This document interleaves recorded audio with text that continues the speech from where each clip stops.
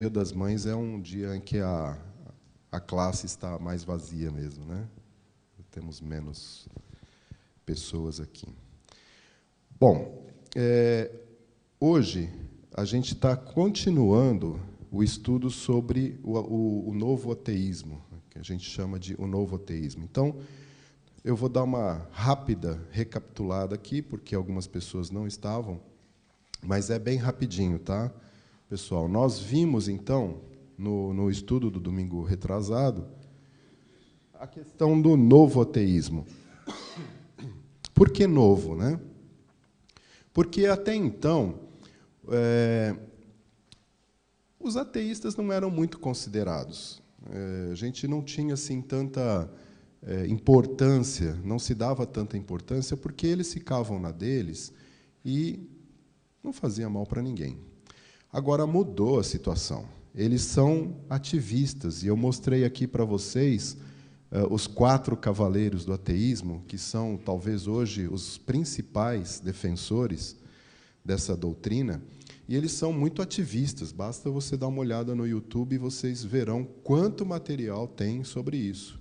Coloca ateísmo lá, vocês vão ver muita coisa. Eles dão palestra em universidades, eles escrevem artigos, livros, eles estão sempre na mídia. E, hoje, eles estão evangelizando as pessoas. Eles querem converter o teísta para o ateísta com as ideias que eles estão aí divulgando. Então, eles acreditam que eles possuem uma superioridade racional. Para eles, a religião baseia-se na fé. Eu vou passar isso aqui, porque isso a gente já viu na aula passada. Tá? Enquanto que o ateísmo ele se apoia nas evidências científicas, e aqui evidência é entre aspas. Por quê? Porque essas evidências são inventadas por eles. Eles que têm aquela visão sobre aquela determinada evidência. E eu mostrei para vocês um filme no estudo anterior, onde uma pessoa fica perguntando, mas mostra alguma evidência. Qual é a evidência? Pelo menos uma evidência. E eles não são capazes de mostrar nenhuma. Sabe por quê? Porque não existe, porque não tem. Eles odeiam a Deus. Na verdade, como o Ion colocou aqui, não é que eles não acreditam em Deus, mas eles, ou seja, o que seria a palavra ateu, né? Mas, na verdade, eles odeiam a Deus. Eu coloquei essa frase muito pesada do Richard Dawkins, que está lá no livro dele, Deus, um Delírio, onde ele diz que Deus é ciumento, né? É mimado, ele é machista, homofóbico, infanticida, genocida, falicida, pestilento, megalomaníaco, sadomasoquista, caprichoso e malevolente, fanfarrão. Essa é a visão do Richard Dawkins em relação ao Deus da Bíblia, tá, pessoal? Então, eles odeiam Deus. E esse mesmo cidadão, ele nos diz que nós somos estúpidos, ignorantes, né? E somos uma pessoa insana porque nós não cremos na evolução. Então, quem não crê na evolução é, no mínimo, estúpido, ignorante e insano. É isso que ele acha de nós. Vimos também que a ciência não consegue explicar nada relacionado a porquê. Nós vimos isso, né? Então, nós temos aqui, por que existimos? Qual o propósito da vida? Vimos que não é possível, a ciência nunca vai explicar isso, porque não consegue explicar. Agora, nós estamos aqui falando do Dia das Mães, e muitas mães já passaram pela experiência, né, de ter, os pais também, mas de ter os filhos perguntando, por quê, mamãe? Por quê? Por quê? Alguns estão fazendo assim. Existe uma fase em que a gente quer saber tudo. Por quê? Por quê? Por quê? E aí você começa. Você dá uma explicação e a criança põe o porquê em cima daquilo. E aí você explica aquilo, ela coloca, ela vai te apertando, não é verdade? Gente, aonde que chega o último porquê? Normalmente. É? Não chega? Normalmente chega em Deus. Normalmente a gente não tem outra saída. Né? Normalmente chega em Deus. Eu coloquei uma lista aqui para mostrar para vocês que os primeiros cientistas foram, na sua maioria, estimulados a estudar o mundo natural devido à sua visão cristã que eles tinham do mundo. Então, a ciência moderna ela não se desenvolveu num vácuo de ideias, mas elas tiveram assim um impulso do cristianismo por trás. Eu mostrei aqui essa lista dos primeiros cientistas da era moderna, que eram teístas, não necessariamente cristãos, mas eram teístas, e essa crença em Deus era o principal motivador que eles tinham para investigar o mundo natural. Né? E interessante que algumas pessoas, depois da aula, vieram falar assim, Marcos, você não colocou Einstein lá, né? Faltou Einstein. Né? E, gente, apesar do Einstein ter falado, ter aquela famosa frase dele, do Deus não joga dados, né? Ele afirmou claramente que ele não cria num Deus pessoal. A posição de Einstein é que ele acreditava que, devido a uma ordem natural, dentro da natureza, que isso deveria ser fruto de uma mente muito inteligente, muito superior. Mas ele não cria num Deus pessoal. Querem ver? Eu coloquei aqui uma das frases dele. Né? E isso aqui vai de encontro à posição daqueles ateístas que eu coloquei de humildade. Né? Então, aqueles são orgulhosos. O Einstein mostra humildade quando ele diz assim, estamos na posição de criancinhas entrando numa biblioteca gigante, cheia de livros em vários idiomas. A criança sabe que alguém deve ter escrito aqueles livros. Eles não podem surgir por si próprios. Ela não sabe como. Ela não compreende os idiomas nos quais foram escritos. A criança suspeita levemente de uma ordem misteriosa na organização dos livros, mas não sabe o que é. Olha a posição dele. Para mim, isso parece a atitude até do ser mais inteligente para com Deus. Uma atitude de humildade. Observamos um universo maravilhosamente organizado que obedece a leis específicas, mas compreendemos levemente essas leis. Nossa mente limitada é incapaz de compreender a força misteriosa que move as constelações. Então, Einstein reconhecendo que nós somos incapazes de reconhecer isso. Né? E, em relação a Deus, ele diz assim, se há algo em mim que pode ser chamado de religioso, é a admiração ilimitada pela estrutura do mundo até onde a ciência é capaz de revelar. Sou um incrédulo profundamente religioso. De algum modo, este é um novo tipo de religião. Você crê na força da natureza. Nós tivemos aí a comemoração dos 50 anos de Star Wars, né? Que a força esteja com você. É isso aí. Os cientistas eles acreditam que tem uma força. Esse é o Deus deles, né? O que vejo na natureza é uma estrutura magnífica que podemos compreender apenas de maneira muito imperfeita. E isso deve encher um ser racional com um sentimento de humildade. A ideia de um Deus pessoal é um tanto quanto estranha para mim e me parece algo ingênuo. Então, talvez você já tenha ouvido dizer que Einstein era crente, que ele acreditava em Deus e tal, mas não é bem assim, tá? Não é verdade. Eu coloquei isso aqui para tirar esse mito. Você pode ter ouvido isso algumas vezes, mas ele não cria num Deus pessoal, muito menos no Deus da Bíblia. Era judeu, né? Muito bem. Agora, sabe o que os novos ateístas dizem a respeito dessa fé religiosa dos antigos cientistas? Hitchens, por exemplo, né, que já está lá no Hades queimando, diz que deve-se descartar as convicções religiosas desses pioneiros da ciência, porque eles não tinham outra opção. Eles não tinham outra alternativa naquela época. Agora, é interessante isso. Se os crentes religiosos não podem receber crédito pela contribuição positiva que eles fizeram à sociedade, como, por exemplo, a formação da ciência moderna, né? Por quê? Porque todo mundo era religioso. Então, como é que eles culpam os crentes religiosos pelas atrocidades realizadas em nome de Deus? Isso é 2 pesos, 2 medidas, né? Não é justo isso. Então, eles negam qualquer valor aos que possuem fé religiosa, mas, ao mesmo tempo, eles culpam as pessoas disso. E o Hitchens ele coloca todas as religiões no mesmo saco.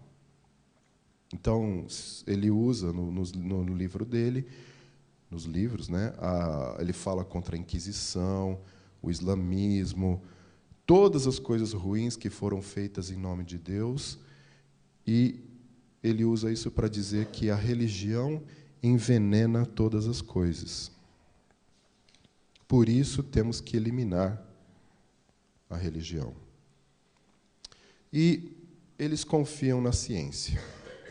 Eles acham que a ciência está do lado deles. E um daqueles 4 lá, o Sam Harris, ele diz assim: a crença em um Deus da Bíblia não encontra sustentação em nosso crescente entendimento do mundo. E o Hitchens fala, né, quanto mais a ciência se desenvolve, menos espaço há para Deus. Agora, será que isso é verdade, gente? É isso que eu queria estudar com vocês esta manhã, né?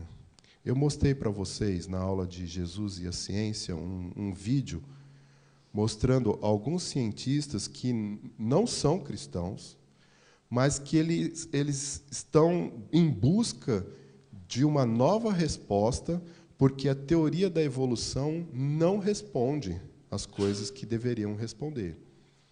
Então, surgiu a teoria do design inteligente, que vocês já conhecem, eu mostrei aqui. Por quê? À medida que o nosso conhecimento científico se aprofunda, é aumentado, nós descobrimos que o mundo não poderia ter vindo por acaso. É exatamente o contrário do que eles estão dizendo, né? Então, para muitos cientistas, hoje, inclusive tem um site onde eles assinam que eles não concordam com a teoria da evolução, porque ela não responde às questões que nós precisamos de resposta. Eu trouxe para vocês aqui o exemplo de um ateu chamado Anthony Flew. E esse cara é importante porque ele era um ateu, né, fervoroso, só que ele, de repente, eu não lembro agora se foi em 2004, 2006, num congresso, ele fez uma afirmação assim que causou um impacto enorme. A afirmação dele é que there is a God. Deus existe.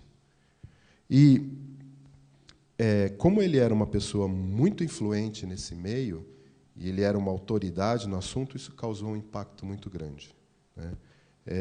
Ele disse assim, que ele agora acreditava que a melhor explicação para o mundo, para como o mundo está, como ele veio, como ele surgiu, em alguma espécie de divindade. Veja que interessante. São cientistas, pessoas que têm a mente aberta e que resolvem ser mais honestos. Nós vamos verificar aqui. Então, a pergunta é: o ateísmo é mais científico? Queria estudar isso com vocês hoje de manhã, né? No estudo passado, nós começamos a ver essa questão sobre o que é mais científico, né? E, meus irmãos, nós precisamos ter muita confiança em relação a isso. Nós não temos que ter medo de combater as pessoas, porque esse pessoal eles estão fazendo uma lavagem cerebral. nas universidades, nas escolas, querendo provar que a ciência está do lado deles, que eles é que são os cientistas. Nós somos os burros, os ignorantes. Então, no domingo retrasado, nós começamos a falar sobre a lei da biogênese.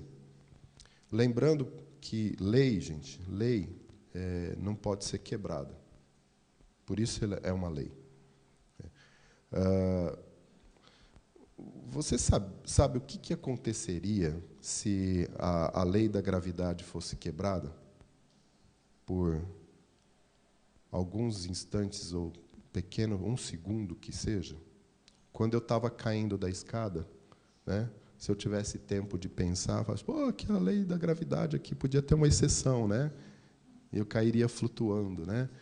Quando a gente vê essas notícias de uma criança caindo de uma janela de um prédio, cai, se esborracha no chão, porque essa lei não pode ser quebrada. E se ela fosse quebrada por frações mínimas de segundo, o universo inteiro entraria em colapso. O universo depende da lei da gravidade para existir, como ele é. Então, uma lei, ela não pode ser quebrada. E nós vimos, então, que a lei da biogênese, né, que diz que somente vida pode gerar vida, nós estudamos isso, né,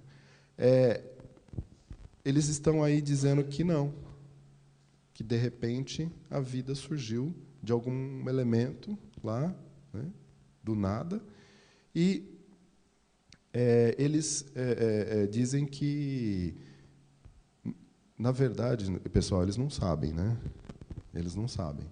Então, eles ficam enrolando. Então, houve um tempo, e por causa de bilhões de anos e tal. E eu mostrei aqui para vocês aquela brincadeirinha do computador, né? Onde você tem, se você tiver todos os elementos de uma célula, todos os componentes químicos de uma célula, nem assim você vai ter vida.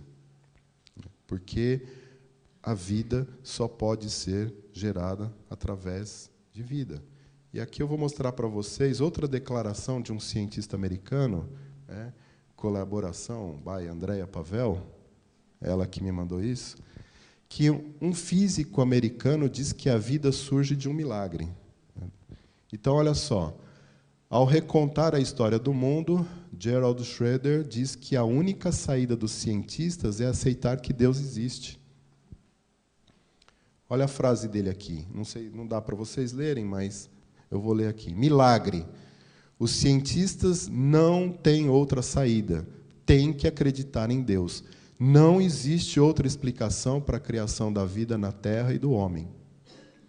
Isso, houve aqui um congresso, uma conferência internacional, Ciência e Fé, que aconteceu agora no comecinho de maio, né, foi promovida pelo Instituto Raia Ciência com Fé, que faz parte do grupo Sara Nossa Terra.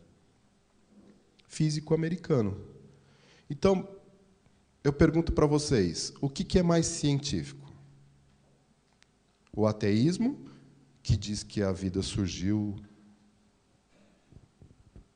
Houve uma grande explosão, e, se vocês pararem para pensar bem, essa explosão não poderia gerar vida, porque ela teria esterilizado todas as coisas, com toda aquela energia, não é isso? Agora, não existe nenhuma explosão que gere alguma coisa. Todas as explosões conhecidas destroem as coisas. Então, vejam vocês, o que é mais científico? Mas aí o que acontece? Eles dizem que Darwin explicou a origem da vida. Espera um pouquinho. Darwin explicou a origem da vida? Darwin escreveu um livro chamado A Origem das Espécies. E ele não explicou a origem da vida. Nem das espécies. Não, das espécies ele jogou um monte de coisa lá, né? Agora, se a ciência até hoje não conseguiu explicar. Não, não era isso. Bom, deu um problema aqui na minha sequência. Não está batendo aqui. Se a ciência não conseguiu explicar o que é a vida, como é que eles vão explicar a origem da vida? Pergunta para um cientista honesto o que é a vida. Então, eles vão dizer que eles não sabem. Eles não sabem o que é a vida. E vocês sabem que a evolução ela está baseada numa coisa chamada seleção natural. E o que é seleção natural? Ou seja, o mais forte sobrevive ao mais fraco. Então, vocês estão vendo aqui duas girafinhas, né? Essa coitadinha aqui, ela não consegue chegar lá no alimento. Então, o que acontece? Ela morre. Só que essa aqui, como ela tem o pescoço maior, ela consegue comer. Então, ela é mais forte. Então, ela chega aqui e ela vai passando esse pescoço maior para os seus descendentes. Então, o pescoço vai ficando cada vez maior. Pergunto para vocês, essa girafa aqui e essa girafa aqui, houve alguma mudança de espécie? Ela deixou de ser girafa em algum momento? Não deixou. Então, Darwin estava lá na ilha de Galápagos, né, viu os tentilhões, cada um com um bico diferente. Olha, aquele ali ele consegue pegar, né, a minhoquinha lá dentro da árvore porque ele tem um bico mais comprido. Mas o tentilhão é tentilhão, continua sendo o pássaro do mesmo jeito. Daí surgiu toda essa teoria que não explica nada. Agora, tem uma outra coisa. A evolução está baseada também numa outra teoria, que é a mutabilidade. Então, o que acontece na mutabilidade? Pequenas mudanças, pequenas alterações vão acontecendo ao longo de milhões de anos, certo? E aí, então, aquilo vai sendo adquirido e vai tornando o indivíduo mais forte, vamos dizer assim. E então você tem duas coisas acontecendo ao mesmo tempo: a seleção natural e a mutabilidade. Só que aqui nós temos um problema. Qual é o problema desse raciocínio aqui, pessoal? Imaginem vocês um ser incompleto que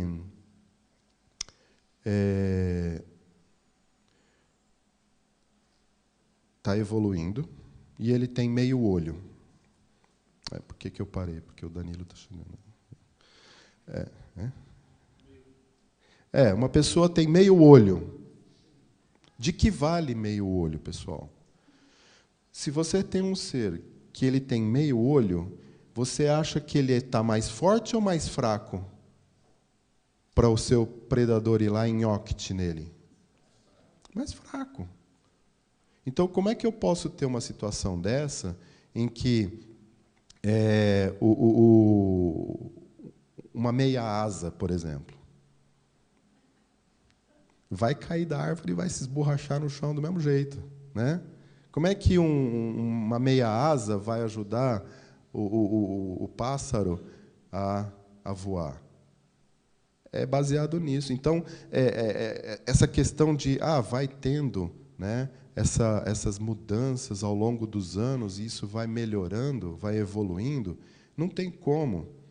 Porque um ser que tem meio olho, que tem meia asa, ele está muito mais propenso a ser pego pelo seu predador do que a sobreviver.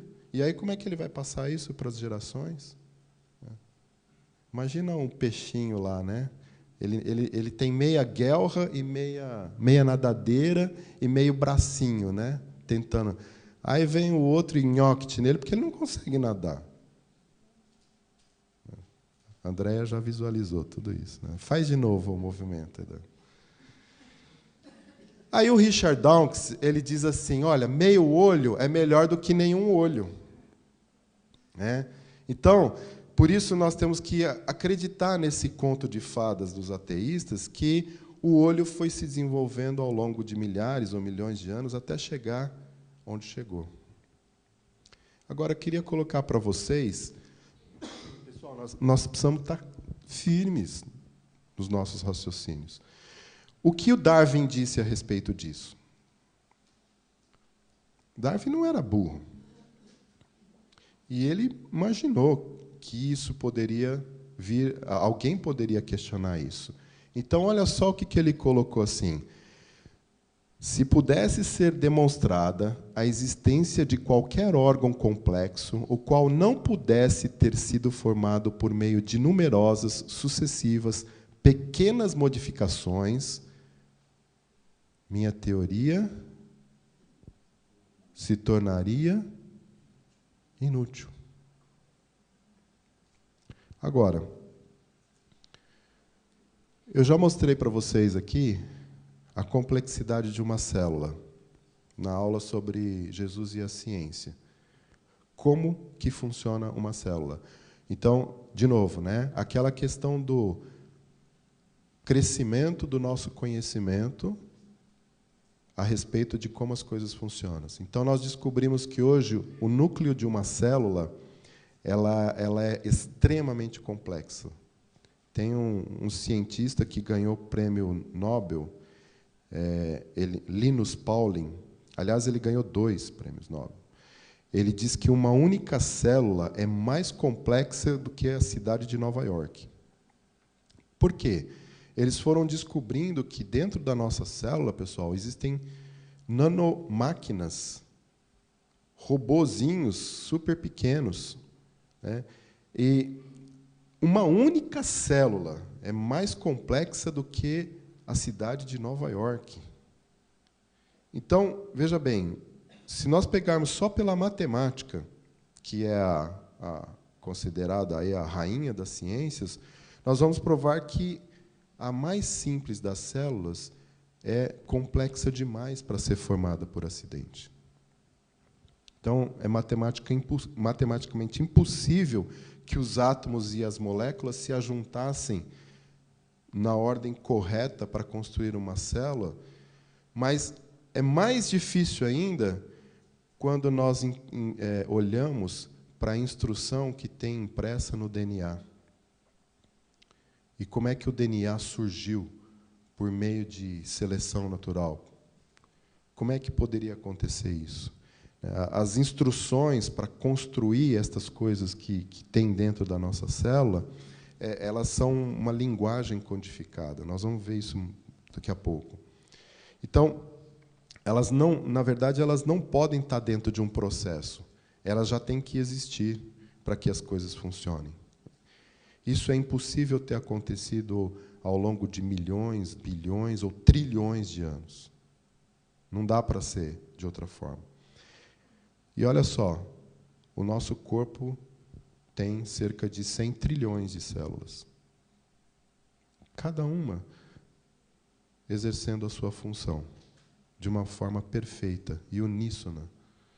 Agora, como que a célula do coração sabe que ela tem que agir daquele jeito?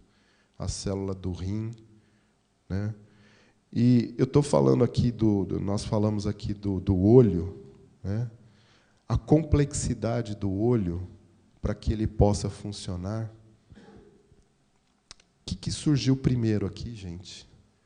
A retina, né? Ou o cristalino, ou o nervo óptico? O que surgiu primeiro? Como é que foi essa ordem para que o olho fosse evoluindo, para que ele tivesse o seu objetivo final? Gente, isso é irracional. É irracional isso, né? Então, quando nós falamos, estou falando do olho, mas a gente poderia falar do coração, poderia falar do rim, do pulmão, do cérebro.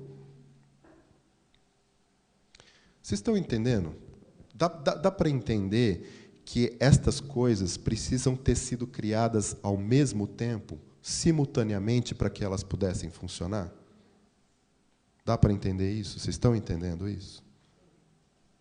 Obrigado. Diga, Marcelo.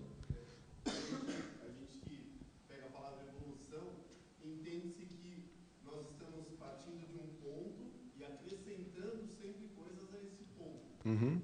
Uhum. E a teoria da evolução diz que a vida se originou na água e, a partir daí, fomos acrescentando habilidades, acrescentando uma série de outras características que nos tornou hoje evoluídos. Então, por que não respiro ajudava? Pois é. Nós não viemos de lá? É verdade, né? Bom, eu fiz questão de procurar no Google esse indivíduo aqui, tá? E nós é que somos burros, ignorantes e insanos. Porque esse cidadão, ele disse o seguinte: a visão razoável era acreditar na geração espontânea. A única outra alternativa, crer num único ato primário sobrenatural de criação. Ou seja, não há coluna do meio. Ou você crê na geração espontânea, ou você crê numa criação única e imediata, sobrenatural. A pessoa precisa ceder ao fato de que a geração espontânea de um organismo vivo é impossível. Acabamos de ver isso agora. Todavia, aqui estamos nós como resultado, creio eu, da geração espontânea. Gente, olha, isso aqui é impossível, tá? Mas eu creio que foi assim. Isso é científico, gente? Isso é ciência? Exatamente. Quando um ateísta nos acusa de ignorantes, porque nós usamos nós estamos baseados na fé, o que eles nos dão em contrapartida? Fé. Porém, a fé deles é muito mais racional do que a nossa, né? Por isso que nós lemos no Salmo lá, 14:1, diz: o insensato, desonesto, diz o tolo no seu coração, não há Deus. Então, quando nós olhamos para a complexidade de uma célula, e, consequentemente, dos seres viventes, né, só pode haver uma resposta, gente. Como disse o cientista americano, tem que haver um designer para nós. Tem que haver um designer. E, para nós, esse designer é o Deus da Bíblia. Mas ele diz lá em Gênesis 1:1, no princípio, criou Deus os céus e a terra. Mas voltando, então, à questão da vida aqui, né? O que é a vida? A ciência, comprovadamente, por vários cientistas, não consegue explicar o que é a vida. Eles já tentaram, de várias formas, produzir vida através dos elementos químicos. Então, mesmo que você tenha todos os elementos químicos que formam uma célula, por exemplo, se você junta tudo isso, nem assim você é capaz de gerar vida nesses elementos. Por favor, alguém abra para mim em Gênesis 2:7.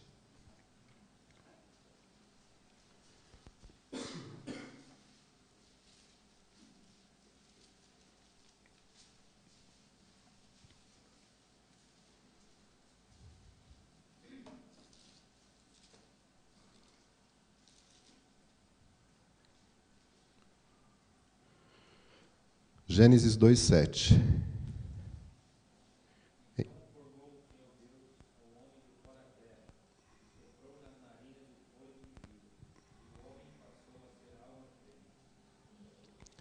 Então, formou o Senhor Deus ao homem do pó da terra, e lhe soprou nas narinas o fôlego de vida, e o homem passou a ser alma vivente. Isso é científico.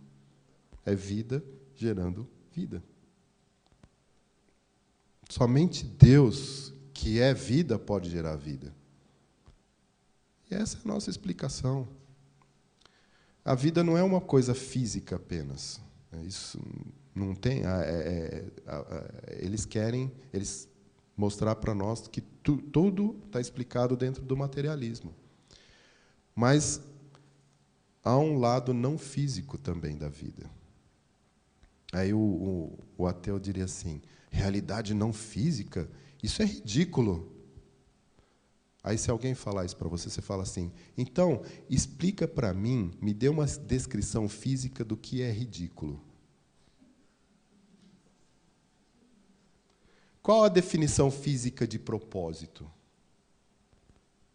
Qual a definição física de justiça, verdade, amor? Quando nós ouvimos uma música bonita e a gente se emociona, quando a gente ouve ou canta um hino, qual parte da seleção natural está agindo no nosso corpo? Que área física que está trabalhando? Agora, a palavra de Deus nos diz que o Senhor soprou o fôlego de vida e o homem passou a ser alma vivente. O que compõe o ser humano, gente? Os ateístas dizem que nós somos animais. Racionais, mas animais. Mas a Bíblia nos diz que nós somos formados à imagem e semelhança de Deus. Por favor, alguém leia para mim Gênesis 1, 26. Também disse Deus: façamos o homem à nossa imagem, conforme a nossa semelhança. Tenha ele domínio sobre os peixes do mar, sobre as aves dos céus, sobre os animais domésticos, sobre toda a terra e sobre todos os répteis que rastejam pela terra. Qual é a diferença? Qual é a diferença? Deus não fez assim para nenhum outro ser que Ele criou. Mas quando Ele criou o homem, Ele diz: façamos o homem à nossa imagem e semelhança. E uma das diferenças que os cientistas colocam é que a linguagem é provavelmente a característica singular mais importante que distingue os seres humanos das outras espécies de animais. Para nós exercermos linguagem, é necessário que exista inteligência. E inteligência não é algo físico. Não é algo que surge de seleção natural, né? Mas, em contrapartida a isso, a Bíblia diz que nós fomos feitos à imagem e semelhança de Deus. Para mim, isso faz toda a diferença. Eu não me considero um animal, mas eu me considero um ser humano, criado à imagem e semelhança de Deus. Um cientista disse que a nossa capacidade de formar ideias conceituais, expressar essas ideias em palavras, nos fazem diferentes dos outros seres também. Marcos, é interessante que, com aquele episódio do Daniel Alves, que houve lá na Espanha, o Face bombou com a seguinte frase: somos todos macacos, ouvíamos todos macacos, isso fez. Então você vê, e assim, e é uma ideia que sobrepuja qualquer isso daí e vem, sabe? E vem sutilmente, e vem pela mídia, e vem, sabe? E isso é bombardeado. Isso é bombardeado. Então, às vezes, as pessoas se sentem assim. Quando você vai falar isso aqui, passando a nossa imagem de semelhança, realmente você se sente acuado, você fala assim: como? Entendeu? Uhum. É muito interessante isso, porque você vê que o que está sendo passado é uma ideia, assim, mesmo que você não queira, você veio. Uhum. Fala, Marcão. Se não fosse essa ideia, tem uma que é melhor. Diz que a gente vem do astronauta. Ah, sim. Para quem não ouviu aí no fundo, tem outra ideia de que nós viemos de um ET qualquer aí, né? Fomos colocados aqui por um ET. Discovery Tem um filme muito bom, né, entre aspas, que é o Prometheus, né, que coloca isso.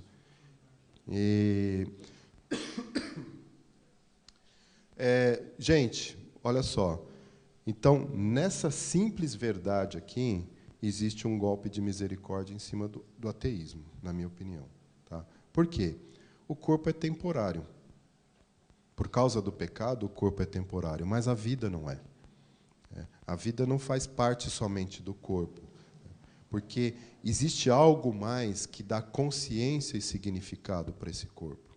Então, esse algo mais não está numa dimensão física. E o corpo, em si mesmo, ele não criou consciência própria, né? A vida precisa vir de alguma outra dimensão. E eles estão inventando essas histórias, né? Não há uma forma médica ou científica que traga de volta essa questão.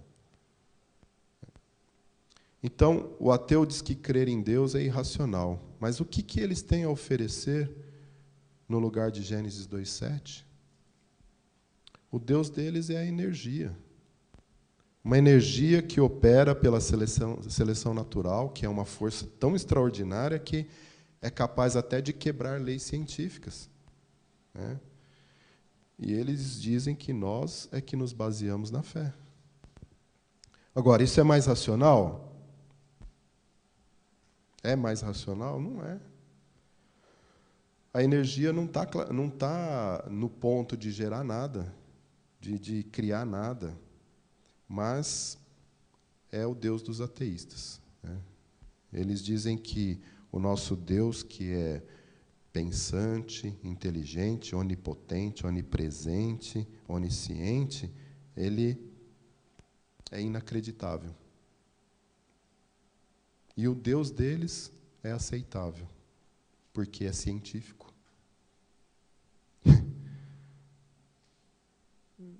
É por isso que o salmista diz que o cara é tolo, insensato, nécio. Não tem outra explicação, né? Então, pessoal, cá entre nós estamos diante de uma nova religião. Como o Ion disse aqui, eles odeiam Deus. Eles querem ser contra Deus. E como a ciência não é capaz de explicar estas coisas, né, a origem da vida, as questões principais da vida, eles criaram uma coisa que é a explicação científica sem a necessidade de Deus. Sabe como é que chama isso? Isso não é ciência. Isso chama-se cientismo. É adorar a ciência no lugar de Deus. É isso que está acontecendo hoje.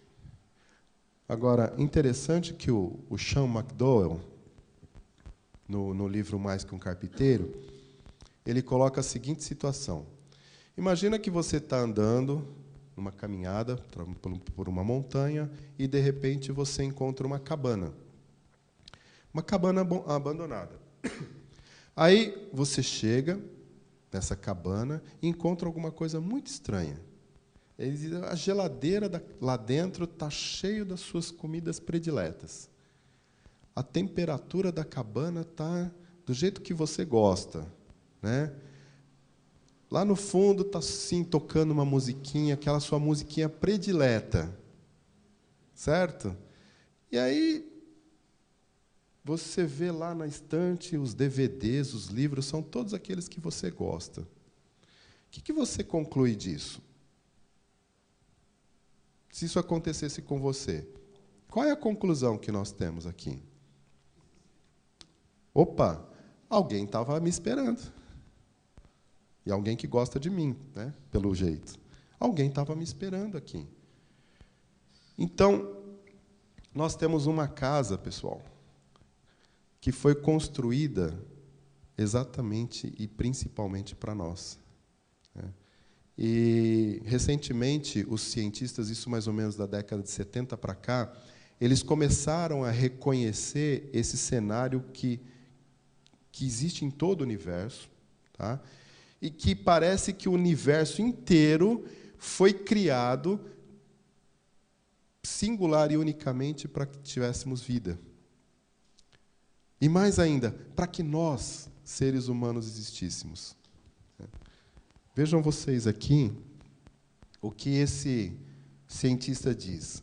Ao observarmos o universo e identificarmos os muitos acidentes da física e da astronomia que operaram em nosso benefício, parece que, de alguma forma, o universo sabia que estávamos por vir. Então, os cientistas começaram a perceber que isso era uma coisa estranha. É como se você chegasse numa cabana e está tudo ali que eu preciso, que eu gosto, né? E eles deram o nome a isso de princípio antrópico, né? As constantes aparentemente arbitrárias e sem relação na física possuem uma coisa em comum. São precisamente os valores que você precisa se quiser ter um universo capaz de produzir vida. Eu trouxe aqui, para mostrar para vocês, essas variáveis, mas a gente não tem tempo, eu ia mostrar para vocês. A força da gravidade, como a água, né, que nós temos, a temperatura da Terra, a distância da Terra em relação ao Sol, uma série de coisas que, segundo um cientista, a vida está sob um fio de navalha. Porque, se uma pequena variação ocorresse, a vida seria impossível de acontecer. Olha que coisa interessante, né? Então, quantas outras coisas nós poderíamos discutir aqui, e nós não temos tempo para isso, e poderíamos ter aqui N estudos na EBD para falar sobre o Big Bang, né, sobre a própria teoria da evolução e tudo mais, mas o pastor, domingo passado, quem não teve na aula aqui, ele falou que o esboço de uma EBD tem que ser a Bíblia, né? E eu estou com o pastor aqui do meu lado e li 2 versículos só hoje. Então, assim, o Big Bang, por exemplo, é uma teoria que está sendo desacreditada pelos cientistas, né? Por quê? Porque tem muito mais dúvida do que resposta. Que energia que era aquela? Como que ela surgiu? Como é que aconteceu isso? Quando explodiu e vieram os gases, mas o gás ele se expande, ele não se junta. Como é que poderia ter formado as galáxias se o gás ele se expande? Como é que os planetas poderiam se formar? A Terra foi formada do Sol e a Lua da Terra. Como? Se os elementos químicos que você tem no Sol, na Terra e na Lua são completamente diferentes. Então, quanto mais a gente aprende, né, da ciência, mais a gente verifica que essas coisas não poderiam vir do acaso. E, para terminar, eu queria falar pelo menos de uma que eu acho a mais legal de todas, que é a questão do DNA. Rapidamente. Gente, quanto mais aprendemos sobre o DNA e a genética, mais nós entendemos como a evolução é impossível de ocorrer, né? Uma coisa muito interessante. É impossível você ter vida sem o DNA. E é impossível você ter DNA sem vida. Deu para entender? Olha lá, ó. É isso aqui. O DNA é incapaz de fazer o seu trabalho, inclusive formar mais DNA, sem a ajuda das proteínas catalíticas ou enzimas. Em suma, as proteínas não podem ser formadas sem o DNA. Nem o DNA é capaz de ser formado sem as proteínas. Aí eu pergunto para vocês, aquela velha história, quem surgiu primeiro, o ovo ou a galinha? Quem que surgiu primeiro, a proteína ou o DNA que precisa da proteína para ser formado e que gera a proteína? Não tem jeito, isso tinha que acontecer de uma forma só. Agora, uma outra coisa super importante em relação ao DNA, gente, é que o DNA é informação. Então, quando você vê um jornal, né, lê um jornal, vê uma televisão, quando você está recebendo uma informação, quando você assiste um documentário, independente do meio que está sendo propagada essa informação, você sabe que aquilo foi produzido por alguma coisa inteligente, por alguém que tem inteligência, um agente inteligente. E ele tinha um propósito para passar aquela informação para você. A informação, ela expressa um significado. E significado não pode surgir senão da inteligência. O próprio Einstein admitiu isso. Nenhuma força da natureza é capaz de produzir significado. Vou tentar mostrar para vocês, de uma maneira bem didática, como é que funciona isso, né, que eu usei na minha aula de administração de banco de dados na faculdade. O que é dado? E o que é informação? Aí, Marcelão, me ajuda aí. Dado é um elemento bruto que isoladamente não traduz conhecimento algum. Por exemplo, cliente 3098 é um dado. Significa alguma coisa? Diz alguma coisa para você, Meire? Nada. Certo? Muito bem. Data da compra, 1/3/2014. É outro dado. Significa alguma coisa? Também não. Nome, João da Silva. É um nome. Nome do produto, camisa. Valor, 330. Quantidade, 3. Peguem cada dado desse isoladamente, esquece os anteriores, né? Não tem significado algum. Produto, 1056. Tudo isso que eu mostrei para vocês são exemplos de dado. Isso fica armazenado lá nos bancos de dados das empresas, certo? Agora, gente, o que é informação? A informação é o conjunto de dados intencionalmente arranjado para produzir conhecimento. O que eu preciso para ter informação? Inteligência. E é isso que as empresas pagam muito bem para vários profissionais, para pegar os dados e transformá-los em informação. É ou não é, Marcelão? Esse pessoal vale ouro, porque o poder está na informação. Então, o nosso DNA, ele é informação. Nós temos lá as letrinhas, e nós temos um dicionário, e aquilo é como se fosse um livro.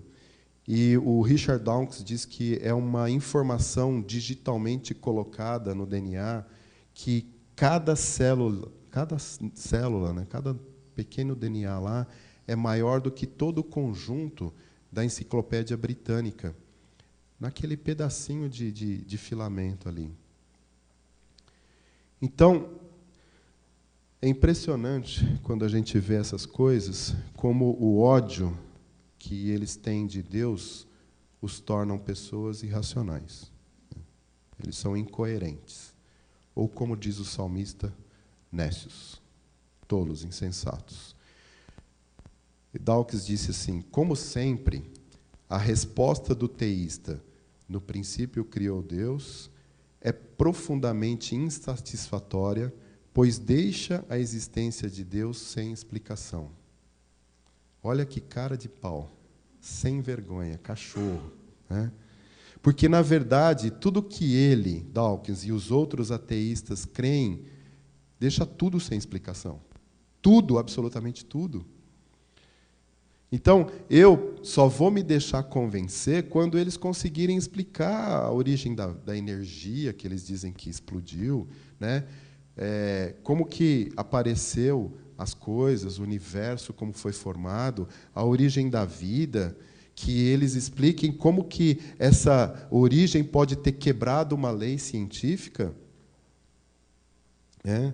Que eles me respondam o que é a vida, o que é a morte, o que é a verdade, o que é propósito, o que é significado, o que é amor, o que é alegria. Então, pessoal, usando o mesmo padrão que eles aplicam a nós, o ateísmo é profundamente insatisfatório, porque, negando a Deus, eles nos deixam tudo sem explicação. Sabe qual é a resposta de Dawkins para estas questões? É um mantra dele. Estamos trabalhando nisso. Lamentável essa resposta, né, pessoal? Então, vocês sabiam que o ateísmo... desculpa, vocês sabiam que não há provas do ateísmo? É verdade. Eles querem provas de que Deus existe, mas eles não conseguem provar que Deus não existe. Nós precisamos pensar nessas coisas, precisamos estar preparados para responder a essas coisas. Porque quando os ateístas eles nos apresentam as respostas deles, né, nós temos que pensar e entender que nós não somos os burros e ignorantes que eles alegam sermos, não. Porque até agora eles ficaram só como suposição. E eu prefiro, então, ficar com a afirmação do salmista. 2 salmos dizem a mesma coisa. Diz o insensato no seu coração, não há Deus. Corrompem-se e praticam iniquidade. Já não há quem faça o bem. Que o Senhor Jesus nos abençoe. Parabéns, mamães. Feliz Dia das Mães para todas. Nós vamos ter uma homenagem agora, né? Deixa eu desocupar aqui.